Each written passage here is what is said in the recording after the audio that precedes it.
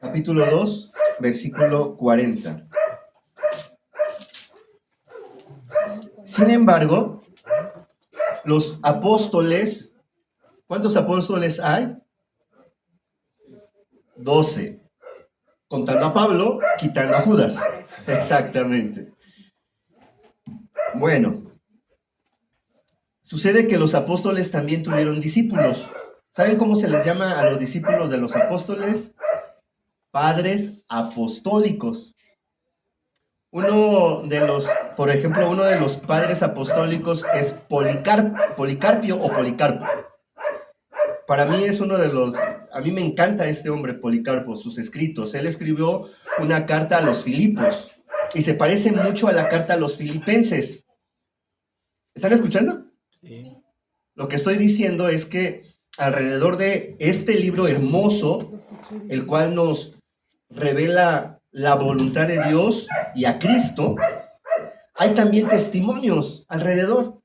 Y no están aquí incluidos, y dice Juan que es porque si quisiéramos incluir en la Biblia todos los hechos de Cristo, ¿qué?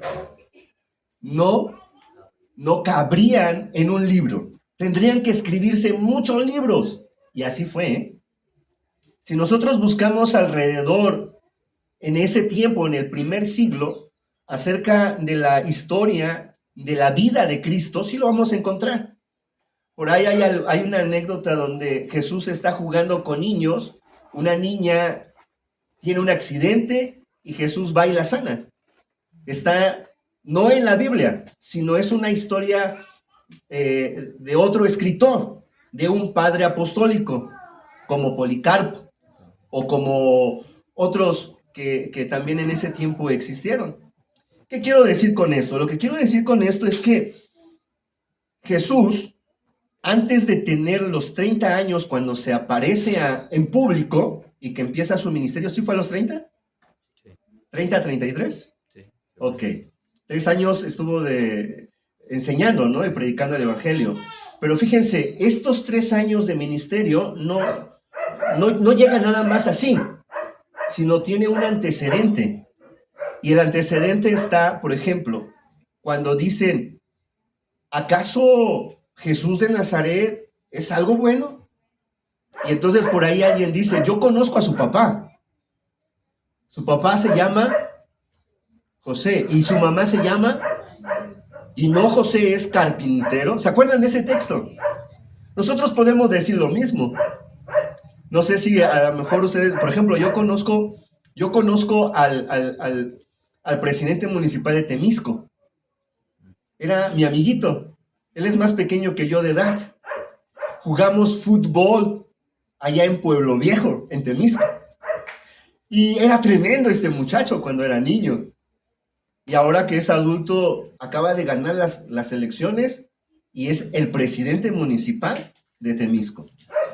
Yo puedo decir, yo conocí a su mamá, yo conocí a su papá, yo lo conocí a él. ¿Cómo es que llegó a tan alto? Bueno, tuvo una preparación antes. Hubo una preparación. Igual con Jesús. Jesús fue preparado también. Y quien lo preparó, indiscutiblemente, fueron sus padres.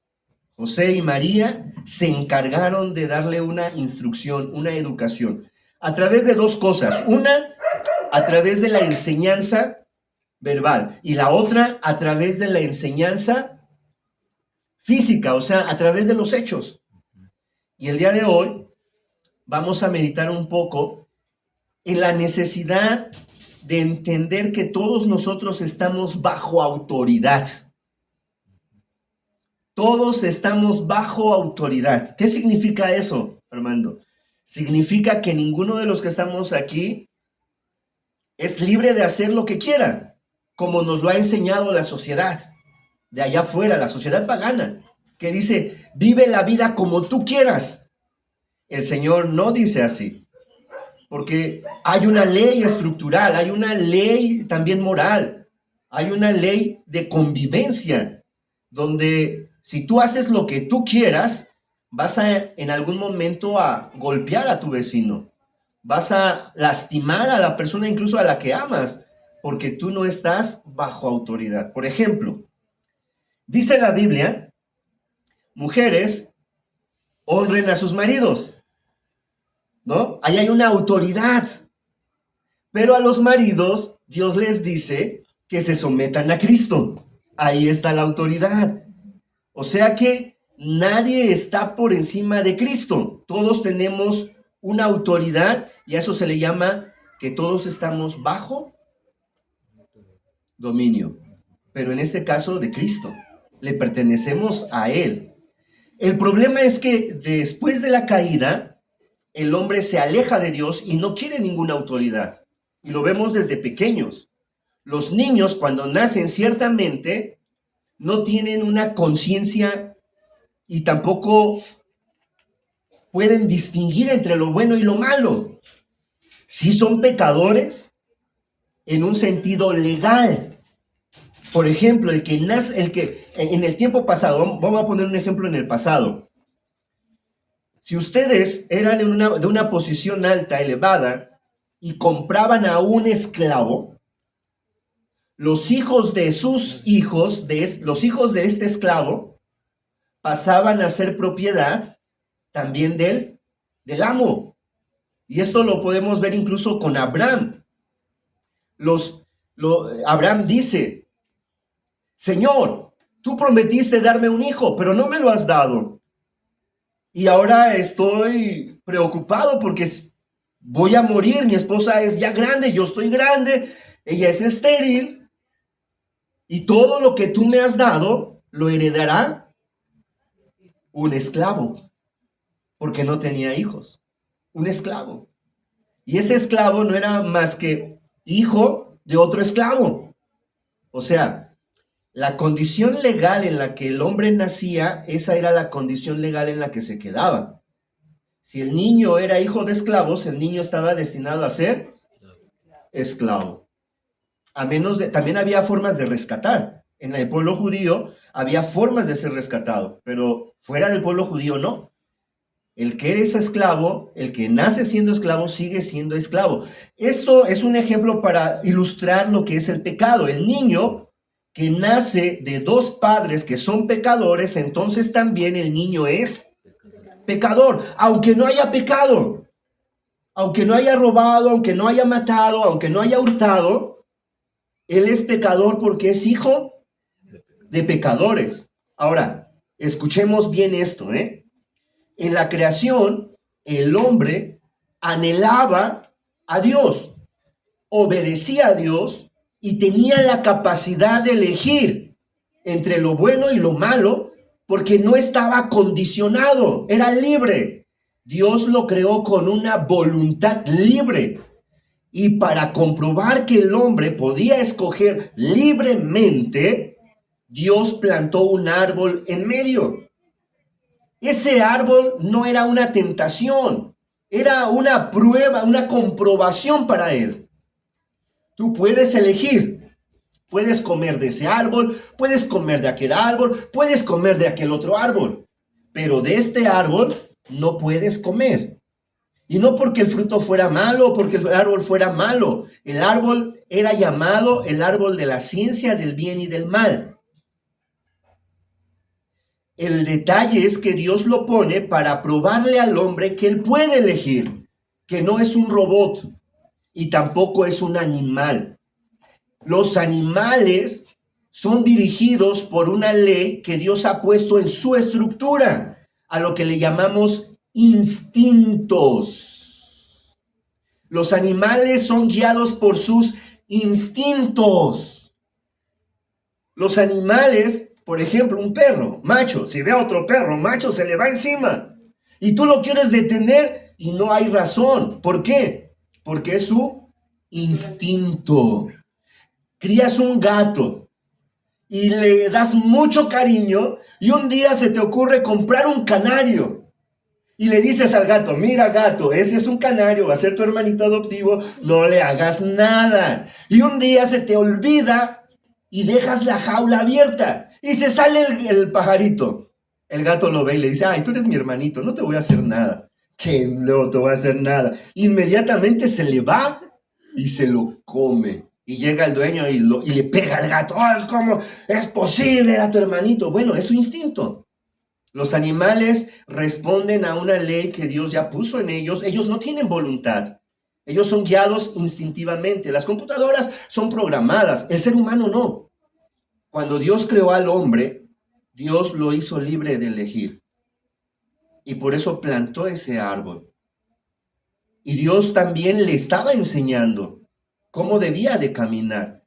Al hombre entonces se le hizo fácil, tomó de ese árbol, lógicamente porque podía hacerlo, pero a partir de ahí sucede algo importante. El hombre fue creado con una fe. A diferencia de los animales, el hombre tiene fe. En otras palabras, el hombre es religioso. El hombre es religioso. ¿Qué significa eso?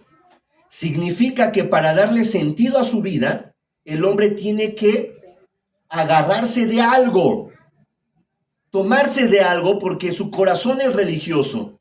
¿Y qué dice Romanos al respecto? Vamos a ver, Romanos capítulo 1:18, dice: porque la ira de Dios se revela desde los cielos contra toda impiedad e injusticia de los hombres que detienen con injusticia la verdad. Porque lo que de Dios se conoce les es manifiesto, pues Dios se lo manifestó. Nadie ignora que Dios existe. Hago un paréntesis. En nuestras confesiones dice así: confesamos que en la creación Dios habla. Y la Biblia dice que los cielos cuentan la gloria de Dios y el firmamento anuncia la obra de sus manos. Un día dice a otro día sabiduría. No hay palabra y no hay lenguaje, pero la creación da testimonio de la existencia de un ser superior y poderoso. Pero la creación no es suficiente para decirnos quién es ese Dios y qué demanda Dios de nosotros. Por eso Dios se reveló a través de profetas, patriarcas y reyes. Él se reveló a nosotros y mandó a que su voluntad, su revelación se escribiera. ¿Para qué? Para la conservación de la revelación y para la propagación de la revelación. Y eso es lo que nosotros aquí tenemos. Dios se revela a nosotros. Pero regresemos a la creación. Cuando el hombre estudia la creación, se queda maravillado porque puede ver testimonio de algo más grande. Primeramente, ve orden. Y entonces decide o define si hay orden en la creación es porque es producto de una mente superior y ordenada. ¿Por qué? Porque nada viene de la nada, todo tiene un origen. Y si la creación es perfecta, entonces debe de venir de un ser perfecto. Eso no lo dicen los cristianos, ¿eh? Eso lo argumentan los que piensan, los que tratan de definir a Dios. Pero lógicamente no van a lograr definir correctamente a Dios porque necesitan la revelación de Dios. Ellos definen a Dios en razón a lo que ven y a ciegas empiezan a decir, sí, hay un ser superior, pero no lo conocen, no saben quién es Él.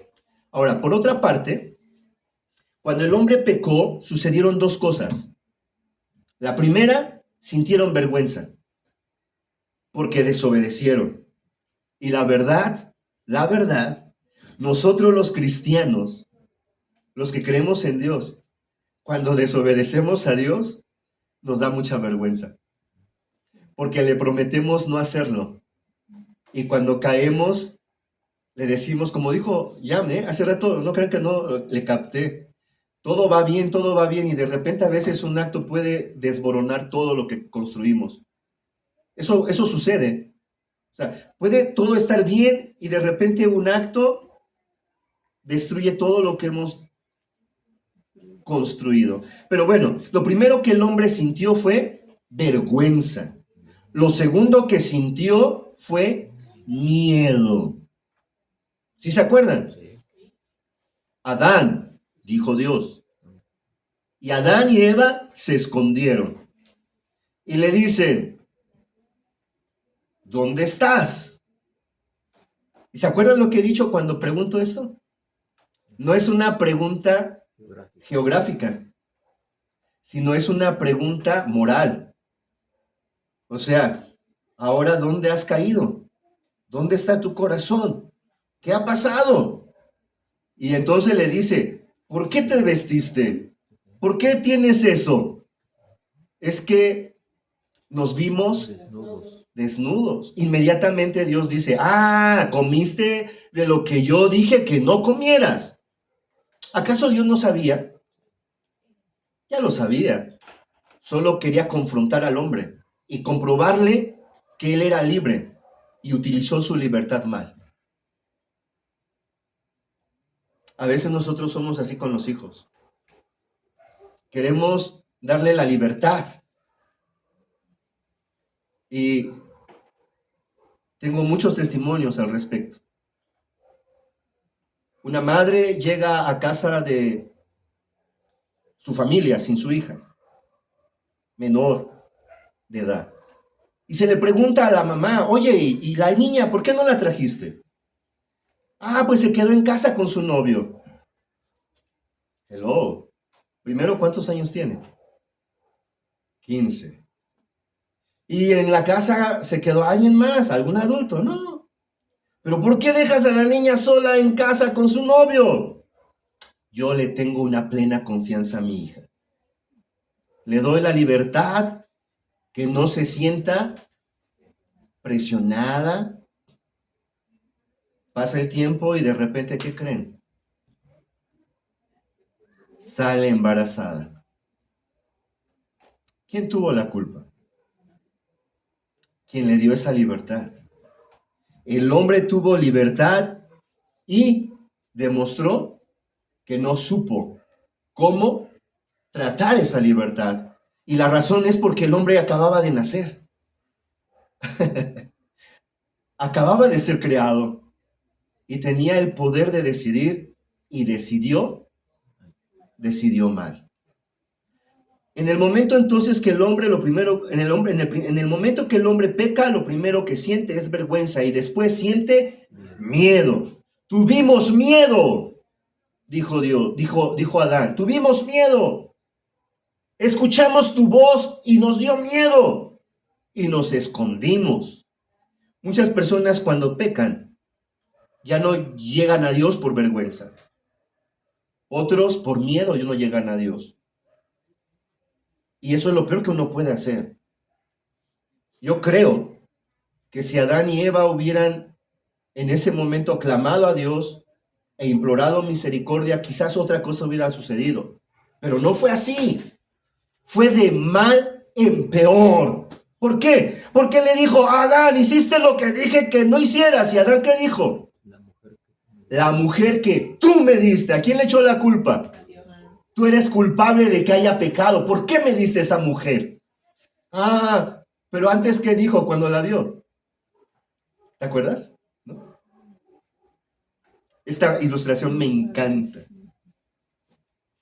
Y vio Dios que Adán estaba solo. Y dijo Dios, le haré ayuda idónea. Y como en Navidad, lo mandó a dormir temprano.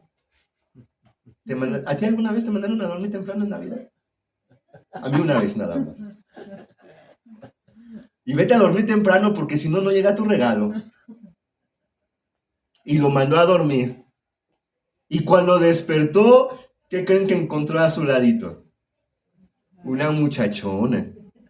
La vio hermosa, guapa. Y dijo, ¡guau! ¡Qué hermosura! Carne de mi carne y hueso de mis huesos. Por tanto, será llamada varona. Esto, hermanos, es importante. Quiero hacer un paréntesis. ¿Por qué Dios le pide al hombre que ame a su mujer como a sí mismo? Porque de él fue tomada. y nadie golpea su propio cuerpo. Eso nos tiene que hacer reflexionar a nosotros los varones. La mujer es un regalo de Dios para nosotros. Pero vamos a continuar porque esto apenas empieza. Vamos a ver, ¿qué hizo el hombre?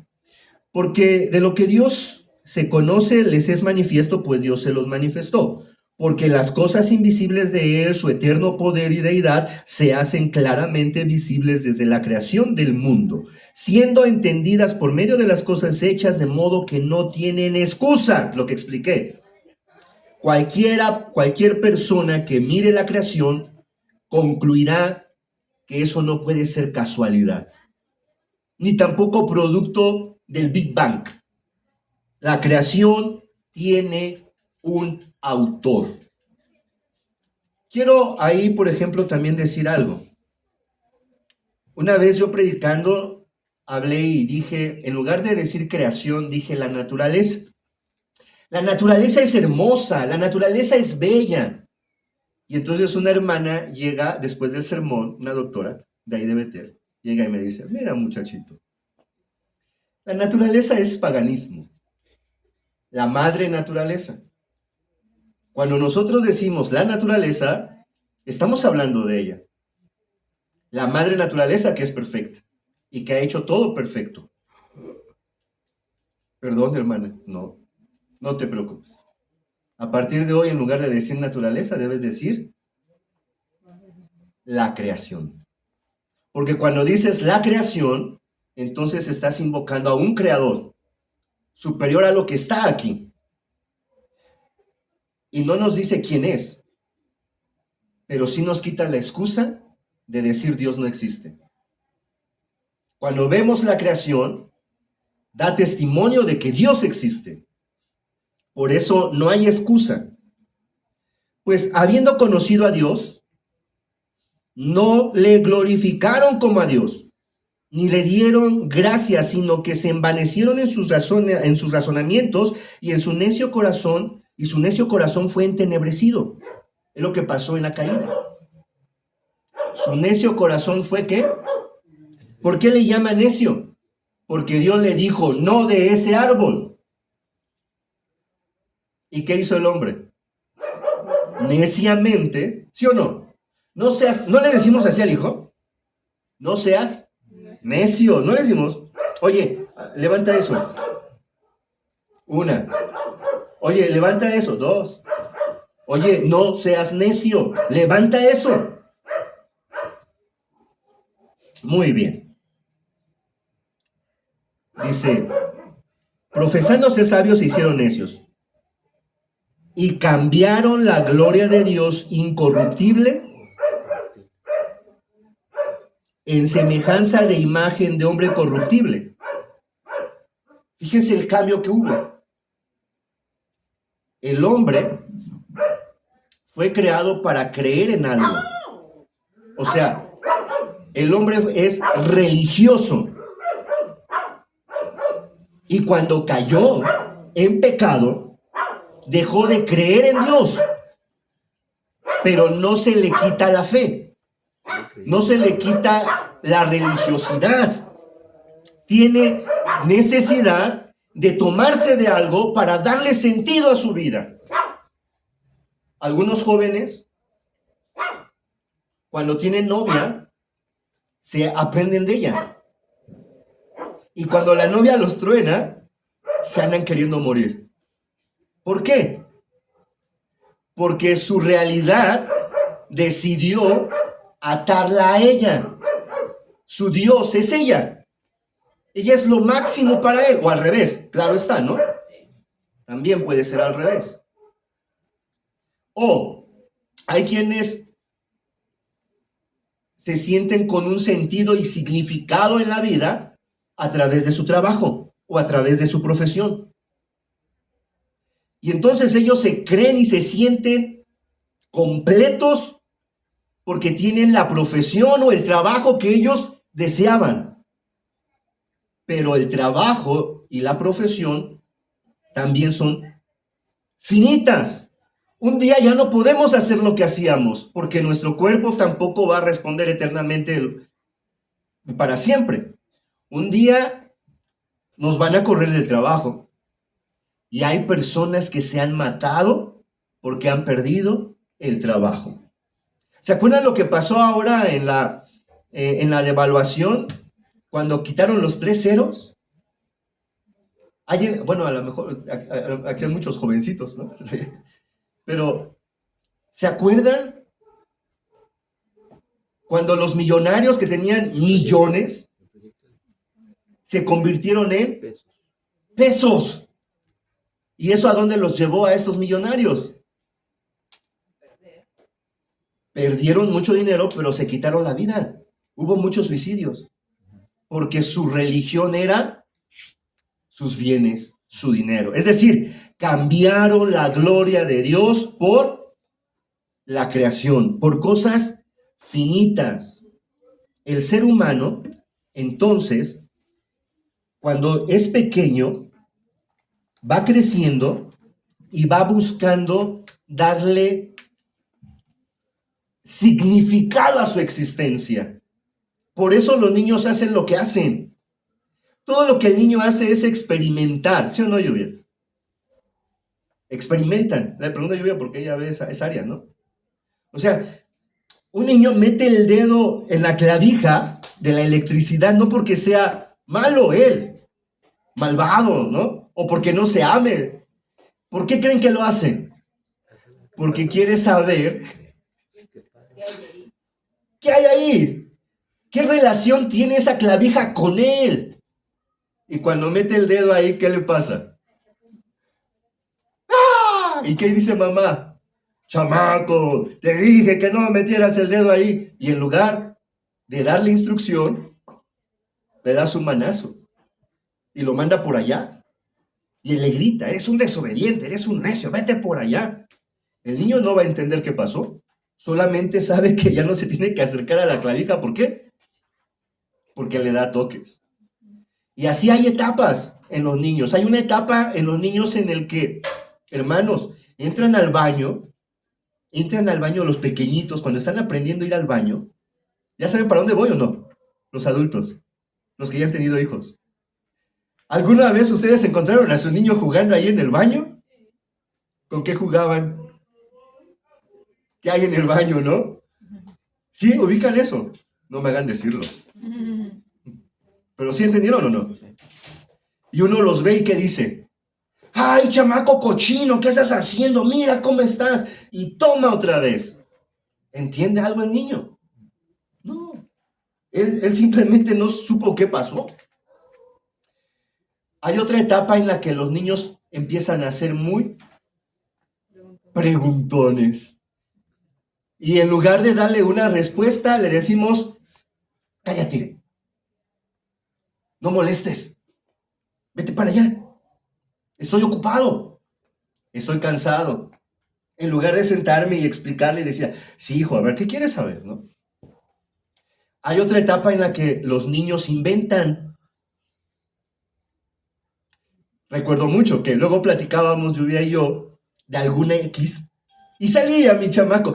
Yo también, y sí, yo vi eso en las noticias, y uno decía, ¿cuándo viste las noticias tu chamaco? Es una etapa. ¿Qué es lo que quiere hacer el niño, hermanos? Identificarse. Quiere saber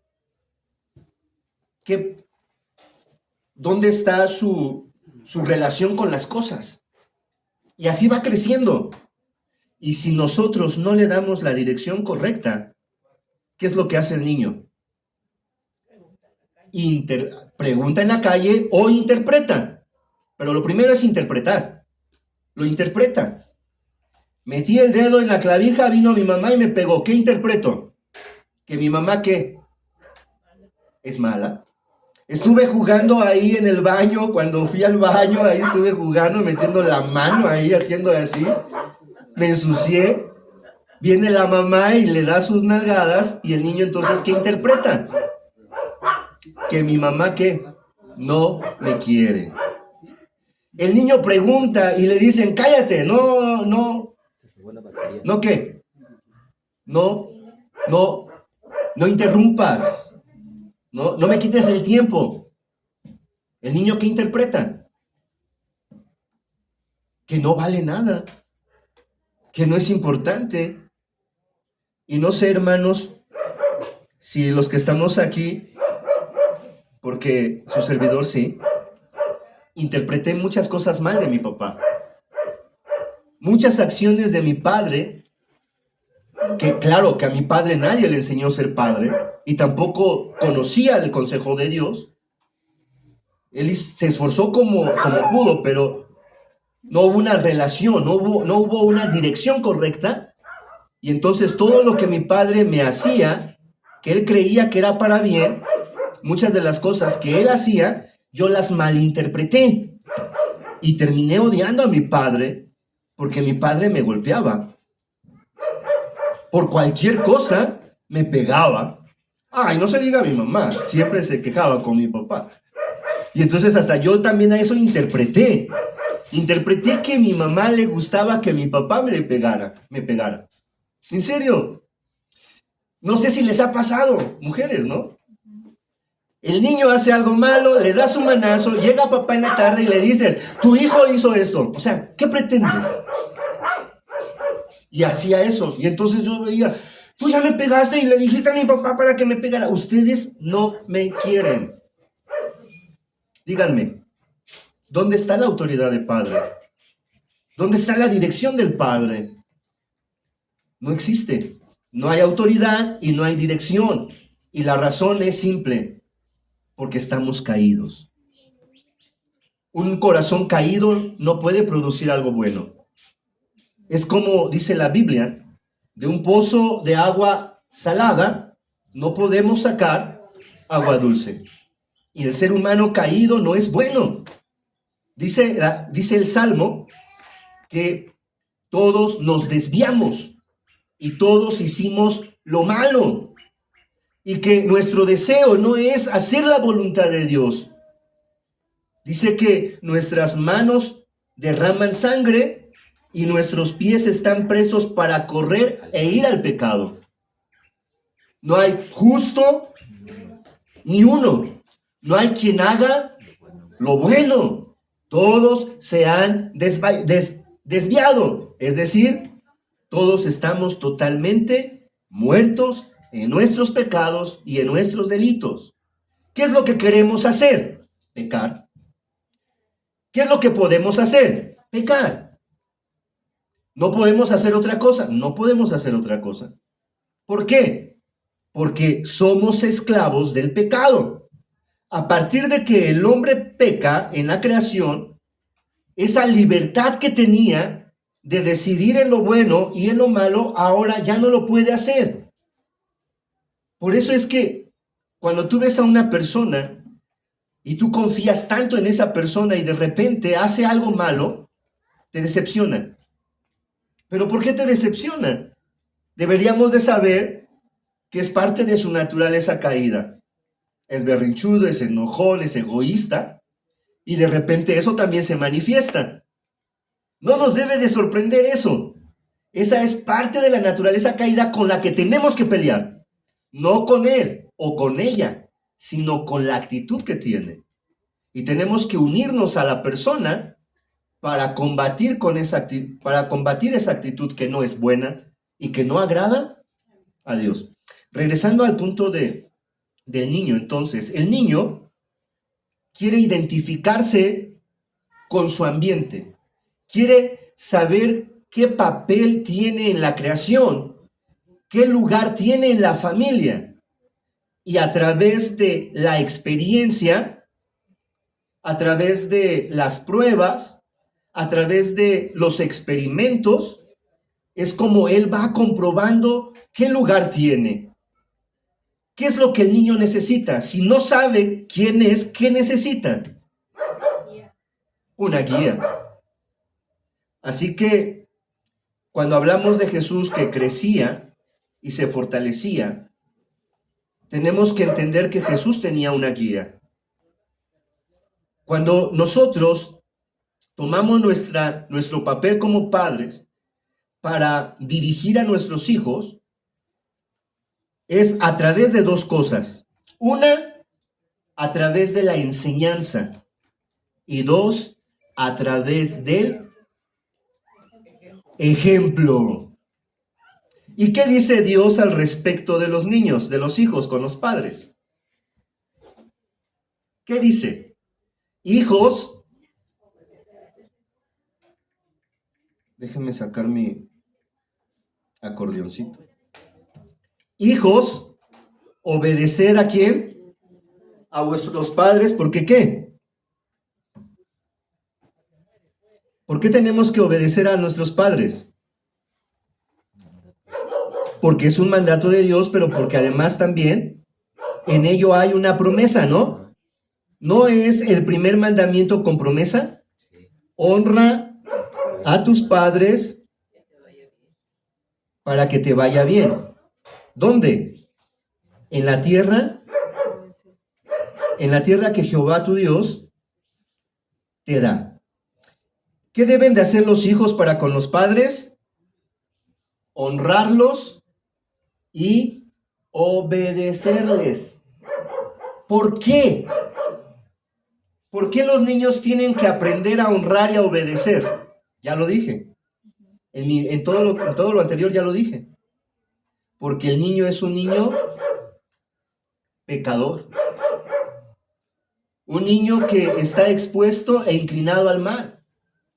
Porque es hijo de otro pecador. Y si el niño está inclinado al mal, necesita entonces de un padre que le ayude a saber lo que es bueno y lo que es malo. Si tú y yo queremos proteger a nuestro hijo, tenemos que meterlo a este círculo, en la honra y en la obediencia. El niño tiene que aprender a honrar y tiene que aprender a... ¿Por qué? ¿Por qué? Porque eso no está en su naturaleza caída. Eso lo perdió cuando Adán y Eva desobedecieron. Cuando Adán y Eva pecaron, lo bueno que tenían se convirtió en malo. Adán, después de haber pecado, ya no vio a Eva hermosa y tampoco dijo huesos de mis huesos. Después de haber pecado, dijo, esa mujer que tú me diste, me hizo pecar. ¿Qué hubo en su corazón de cambio?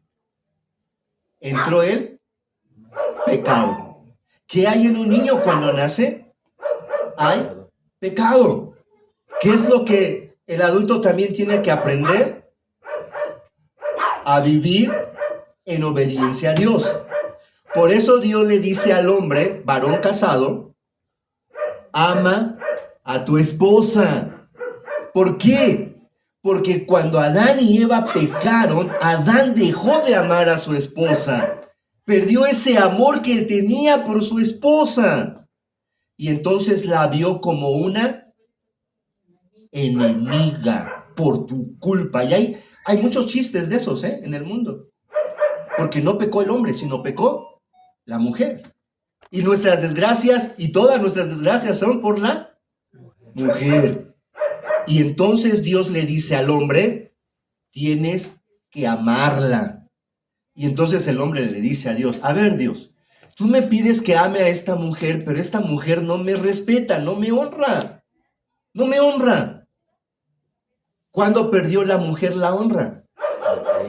En la caída. Imagínense, Eva está escuchando a su hombre. Eva está escuchando que Adán le dice a Dios, esta mujer que tú me diste. ¿Cómo se sintió Eva? Despreciada, menospreciada. Y entonces, como cualquier ratón esquinado, se defiende. ¿Y qué dice? No, fue la serpiente la que me engañó. ¿Qué perdió Eva cuando vio que su hombre, su marido, su esposo, su ayuda idónea, no la apoyó? ¿No se hizo responsable de lo que ella hizo? se decepcionó. Y a partir de ahí, la mujer no honra a su marido. Por eso es que cuando viene Cristo, a través de sus apóstoles, el apóstol Pablo ahí en Efesios y también a través de Pedro y también de Pablo ahí en Filipenses, o sea, está en Efesios, está en Filipenses y está en Primera de Pedro y Segunda de Pedro, hablan acerca de la relación matrimonial.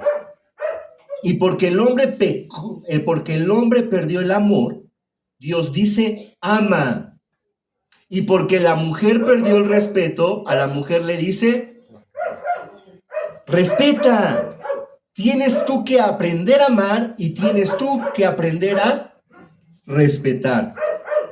Cuando nosotros llegamos al matrimonio sin ninguna base sólida en Dios, fracasamos. ¿Por qué? Porque yo no puedo amar a mi mujer y ella no puede respetarme a mí. Y ojo, el que estemos en una iglesia, el que nos hayamos bautizado o el que tengamos padres cristianos, no quiere decir que nosotros seamos cristianos. Un cristiano es aquel que ha tenido un encuentro personal con Cristo y ha rendido su vida a Cristo y está dispuesto a obedecer a Cristo. Ese es un cristiano. Y cuando peca, le da vergüenza, pero no huye. Le dice, Señor, me avergüenza, perdóname. Y no le echa la culpa a nadie. Es mi responsabilidad. Yo pequé y merezco la muerte. Y entonces el padre, que es tan bueno, dice, no te preocupes. Mi hijo no nada más pagó por lo que hiciste. Pagó por lo que estás haciendo y pagó por lo que seguirás haciendo hasta que seas perfeccionado. Todo lo que tú hagas ya ha sido pagado. ¿Qué es lo que Dios espera de nosotros? Obediencia. ¿Y cómo vamos a aprender a obedecer? Pues hermanos, a nosotros los adultos, Dios, que es nuestro Padre, nos enseña a obedecer.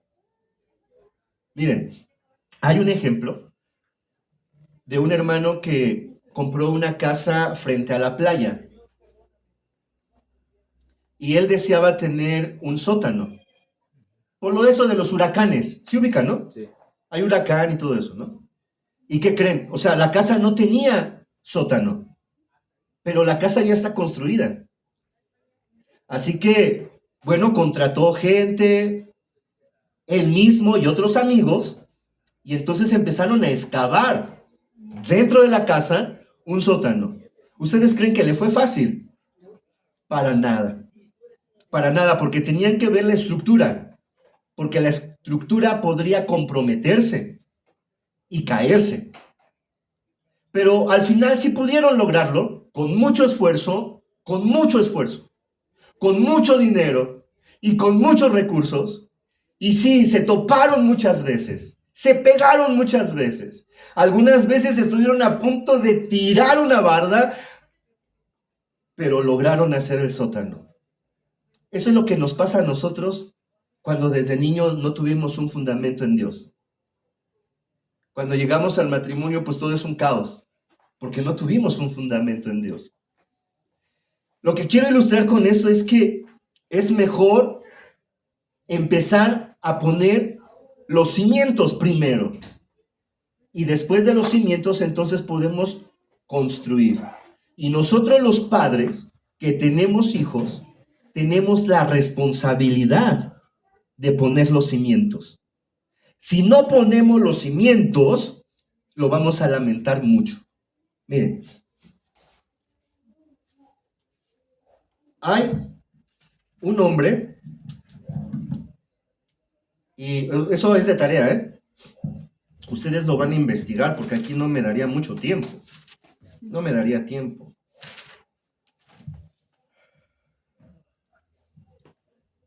Se llama Christopher Yuan.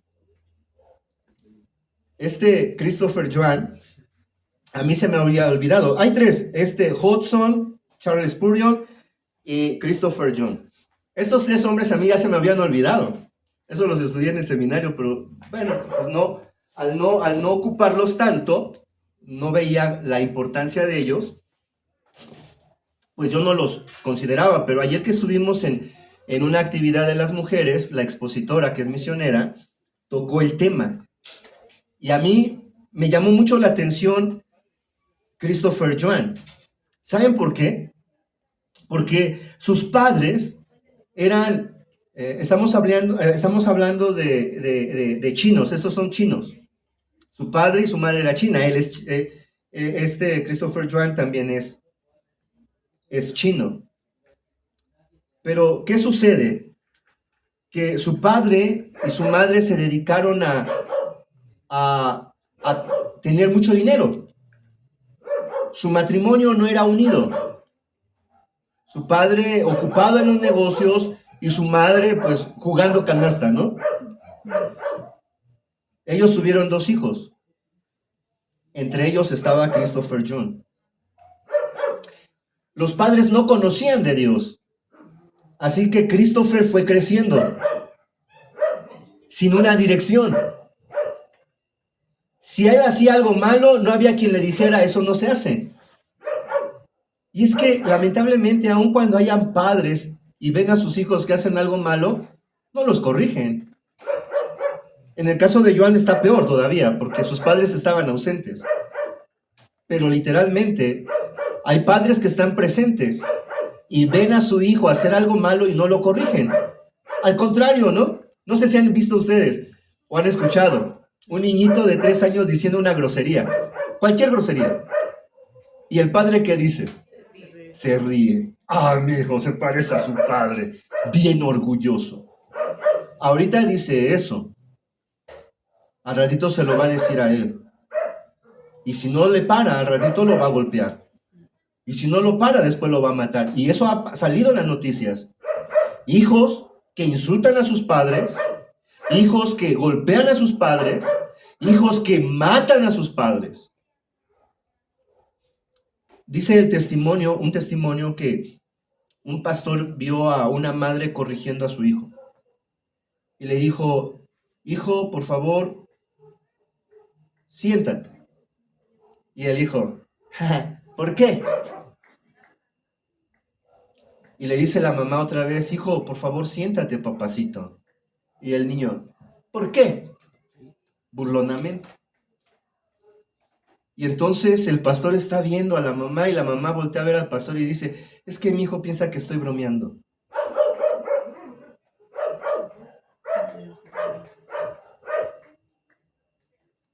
No hay autoridad. No sabe cómo.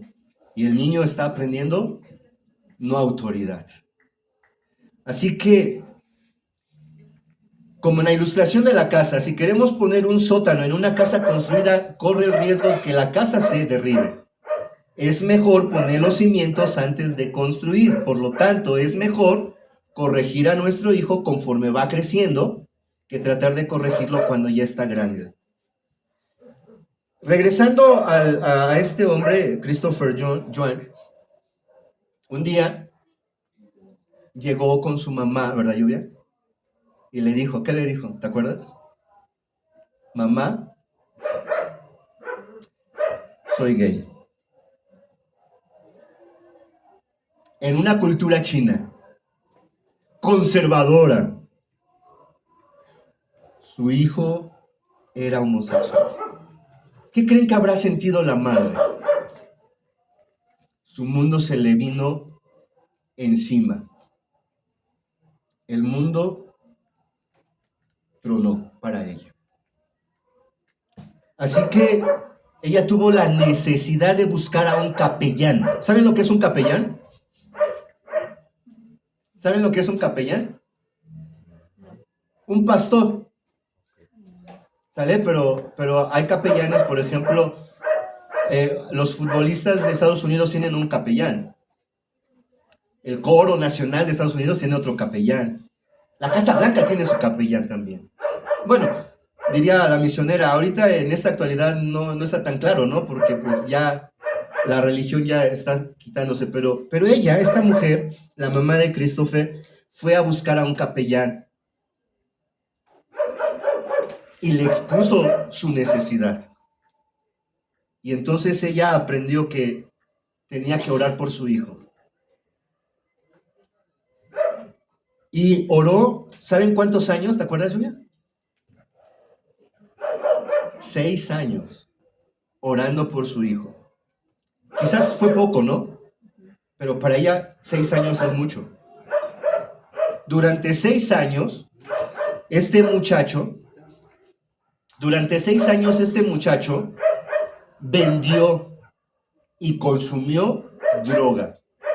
De tal manera que la universidad donde él estaba fue expulsado. Su padre, que era prudente, fue a interceder por su hijo y el director dijo no, porque no solamente la consume, la distribuye. No puede estar en esta universidad. Así que fue expulsado y siguió delinquiendo, haciendo cosas malas hasta llegar a la cárcel. Atrás está su mamá orando por el niño, por el joven, ya. Y en la cárcel, por la gracia de Dios, el muchacho encontró un folleto. Y ese folleto tocó su vida porque hablaba de Cristo. ¿Qué estoy diciendo? Que si los papás de Christopher Joan hubieran dirigido a su hijo desde pequeño, se hubieran evitado todo eso. Quiero decirte algo, porque muchos de nosotros llegamos ya tarde a la iglesia, ¿sí o no? Nuestros hijos ya están grandes. Y gracias a Dios algunos pues, nos salieron bien, pero otros están bien descarriados. Ya no podemos nosotros corregirlos. El tiempo de corregirlos, dirigirlos, enderezarlos, darles un consejo, meterlos al círculo ¿de qué? Honra y obediencia, ya no. Este círculo de honra y obediencia es lo que va a proteger a nuestros hijos. Y si nosotros no le enseñamos a honrar y a obedecer, van a acabar mal nuestros hijos. Y si nuestros hijos ya están mal, aún hay solución. La casa construida todavía se le puede construir un sótano. Va a ser difícil, sí. Va a tener sus bemoles y sus sostenidos, sí. Se me olvidó los sostenidos. Sí, pero hay una solución. ¿Y la solución quién es? Dios. Y puedes tardar 1 año orando por él. Puedes tardar 2 años, o 3 años, o 5 años, pero ten la seguridad de que Dios va a responderte. Los que tenemos hijos pequeños, no esperemos eso. No esperemos a que nuestros hijos se pierdan totalmente para entonces nosotros venir a Dios y orar por ellos y decirle, Dios, rescata a nuestro hijo. Porque si yo fuera Dios diría, ¿tú lo metiste ahí? ¿Tú no lo metiste al círculo de honra y obediencia? Tú lo descuidaste. Tú permitiste que hiciera lo que hiciera. No le diste una dirección. Podría decir eso. Pero saben, Dios es tan bueno y misericordioso que Él está dispuesto a venir a nuestro rescate. Y ese día, Christopher Joan rindió su vida a Cristo. Charles Spurgeon, es importante porque me encanta Charles Spurgeon. Me identifica mucho a este hombre. Fue a vivir con su abuela como 5 o 6 años, porque su madre tuvo, ¿cuántos hijos? ¿13? No, tuvo 18 y se le murieron 8. Claro, porque se enfermaron, ¿no? En aquel tiempo no había tantas vacunas y demás. Así que cuando nace Carlitos, poco después se embaraza la mamá y tiene un embarazo de alto riesgo y entonces lo manda con la abuela, o sea, con la mamá de la mamá. Y el niño creció con la abuela. Cuando el niño regresa a los 6 años a su casa, a los 5 años a su casa, ya tenía 3 hermanitos. ¡Oh! Lógicamente, sus padres no dirigieron a Spurgeon, no le dieron una dirección, no tenían tiempo para darle una dirección. Y Spurgeon cada vez se separaba de Dios, más y más y más. Un día, Spurgeon llegó a una pequeña iglesia, quizás como esta, humilde, sencilla, sin tanta estructura. Y quien predicaba era un pastor, quizás como yo, así también, sencillo, sin tantas credenciales. Pero el pastor estaba predicando y decía, ¿hasta cuándo? La humanidad se dará cuenta de lo que Dios puede hacer cuando un hombre se rinde completamente a Cristo. Esas palabras penetraron el corazón de Spurgeon. Algo que se me estaba pasando. Su mamá se acercó a Dios y cuando vio que su hijo Spurgeon estaba cada vez más perdido, empezó a clamar a Dios. Pero no tardó mucho tiempo. O sea, no fueron 6 años, 7 años, fue menos tiempo. Cuando Dios a Spurgeon lo metió a este templo y después de escuchar ese sermón, Spurgeon se levantó de su lugar y dijo, a partir de hoy, la humanidad se dará cuenta de lo que Dios puede hacer con un hombre que se rinda a él. Pasó al altar y lloró ahí. Ahí estuvo horas llorando delante de Dios Spurgeon. Cuando él se levantó, ya era otro hombre. Su mamá no oraba porque Spurgeon fuera un empresario o un gran profesionista. Su madre oraba para que su hijo tuviera un encuentro personal con Dios, porque lo que estaba en riesgo era su vida eterna. Si él no reconocía a Dios, estaba destinado a morir eternamente. Así oraba su mamá. Tampoco oraba diciendo, Señor, quiero que mi hijo sea un gran predicador. Tampoco oraba así. La madre solo oraba y decía, Señor, rescata a mi hijo. Igual que la mamá de Christopher, rescata a mi hijo. ¿Y saben cómo es conocido Spurgeon? ¿Sí o no? El príncipe de los predicadores. Todos están en el grupo de aquí, ¿verdad? ¿Han visto los audios que manda la esposa del doctor Carriles? Sí. Esos pensamientos, eso que escuchamos en ese grupo, no es no es de quien está hablando. Son fragmentos de Spurgeon. Imagínense, hermanos, cuántos años han pasado. Y hasta el día de hoy, los sermones de Spurgeon siguen sonando y siguen quebrantando los corazones. Y ese hombre sigue siendo un inspirador para muchos otros predicadores. Por eso se le llama el príncipe de los predicadores. Lo que quiero decir con esto, hermanos, es que los que hemos llegado tarde a Dios y tenemos hijos grandes, aún pueden rescatarse. Pero los que tenemos hijos pequeños y ya estamos en Dios, es nuestra responsabilidad meterlos al círculo de la honra y obediencia. ¿Por qué los hijos deben de aprender a honrar? Porque no lo saben. No quieren honrar. ¿Por qué los niños tienen que aprender a obedecer? Porque tampoco lo saben y porque tampoco quieren obedecer. ¿Qué pasa con un hijo que no honra a su padre? Se descarrila. ¿Qué pasa con un hijo que no obedece a su padre? Se pierde. Está expuesto a salir mal, a convertirse en un ateo, a desviarse como lo hizo Christopher.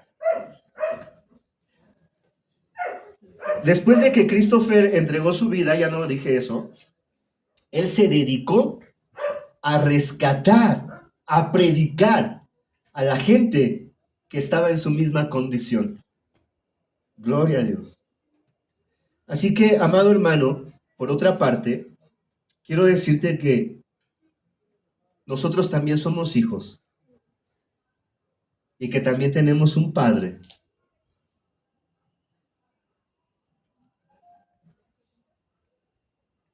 Y si entendemos esto, debemos suplicarle a nuestro Padre que nos corrija,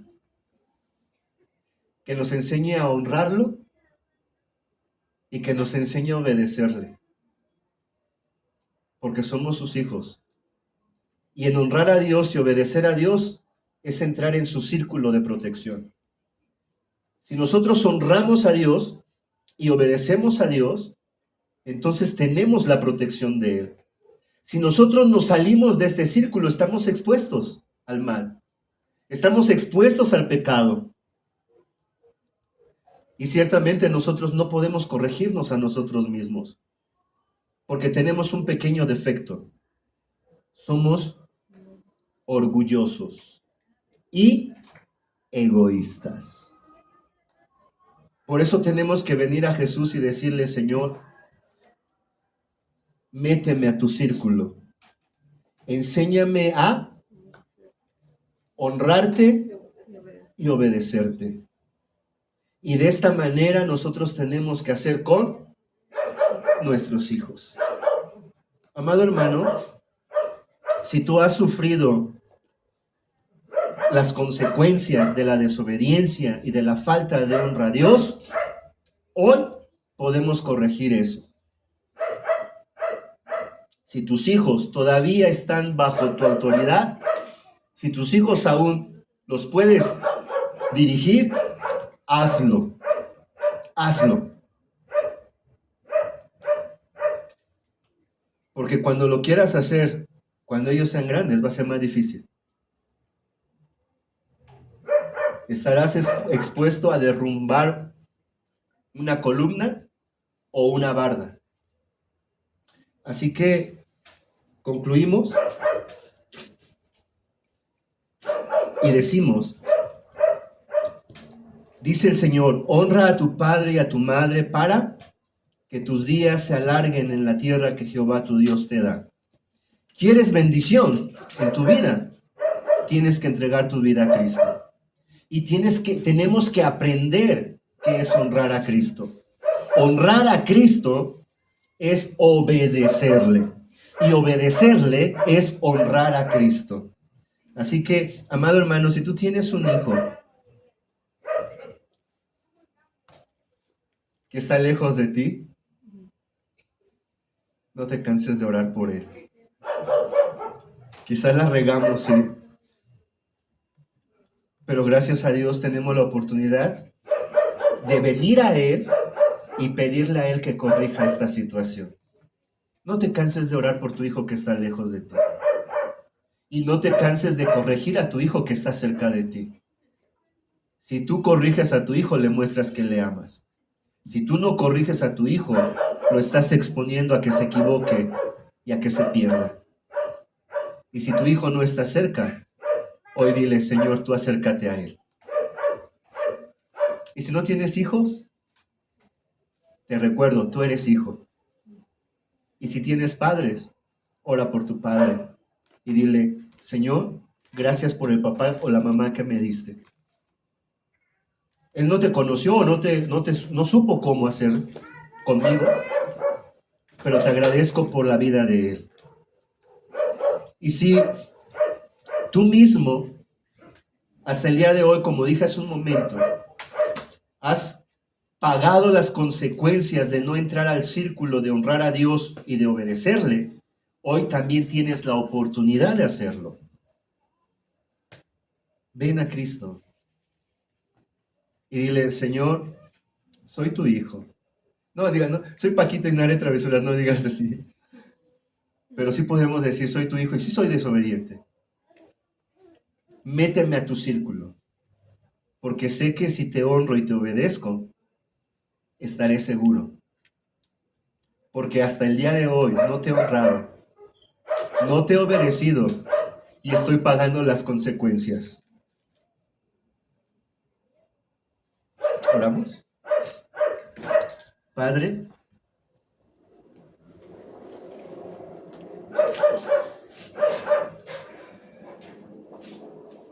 toma en tus manos la vida de nuestros hijos que están lejos de nosotros, Señor. Pongo en tus manos la vida de Cecia, la vida del hijo de mi hermano Jan, y la vida de los hijos adultos grandes que tienen aquí mis hermanos. Por la vida de Armandito, Señor, de Armando aquí presente, que también es hijo. Te rogamos por todos nuestros hijos, Señor.